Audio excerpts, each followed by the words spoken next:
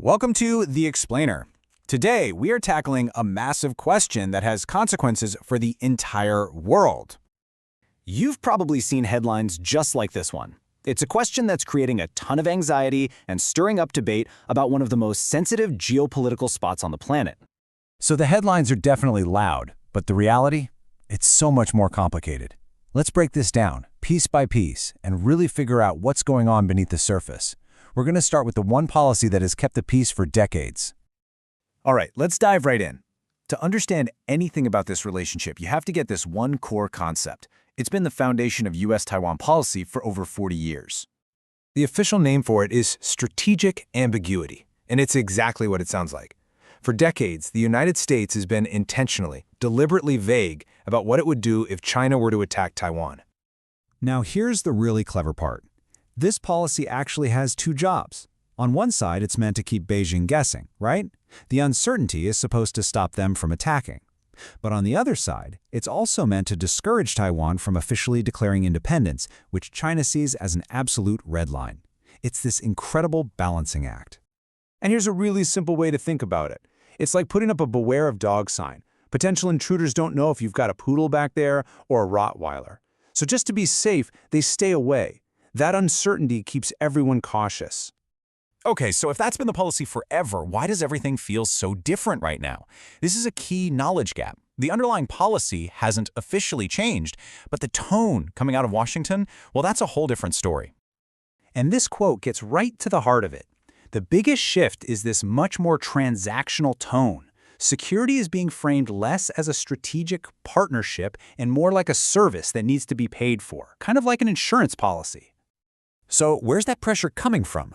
Well, a big piece of the puzzle is always the money. The U.S. runs a pretty big trade deficit with Taiwan, and from a purely America-first economic viewpoint, that imbalance is a major talking point.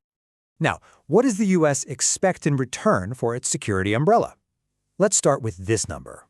This is the percentage of its own economy, its GDP, that Taiwan currently spends on defense.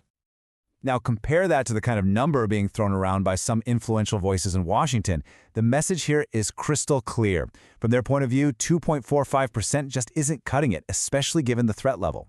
It all reinforces that pay-for-protection mindset. But, and this is a huge but, it's not just about what one person says. Actually changing U.S. policy is incredibly hard. There are these powerful forces, these guardrails, that are built right into the system that make any sudden sharp turns really, really difficult. Think of it like this. You've got four major guardrails. First, there's the law itself. The Taiwan Relations Act legally obligates the U.S. to help Taiwan defend itself. Second, you have a Congress that's pretty skeptical of China across both parties. Third, the Pentagon has literally decades of plans based on the current situation. And finally, America's allies and key industries have a huge stake in keeping things stable. Trying to push past all of that is a massive undertaking. But there is one factor today that is more important than almost anything else.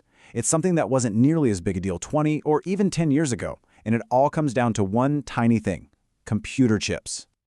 Just let this number sink in for a second. Taiwan makes over 90% of the world's most advanced semiconductors. That's not just a big share, that's basically a monopoly on the single most important component of modern technology.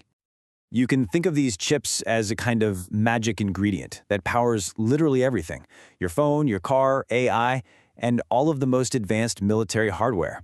And since Taiwan is the main supplier, its security is now a massive global economic priority. And check this out. Look at what Taiwan has been doing in response to all this pressure. Their investment in building chip factories right here in the U.S. has absolutely exploded. It went from just over $500 million to more than $14 billion in just 5 years. That's not just business, that's a strategic move to make Taiwan absolutely essential to the U.S. economy. Okay, so we've looked at the history, the new tone, the guardrails, and the chips.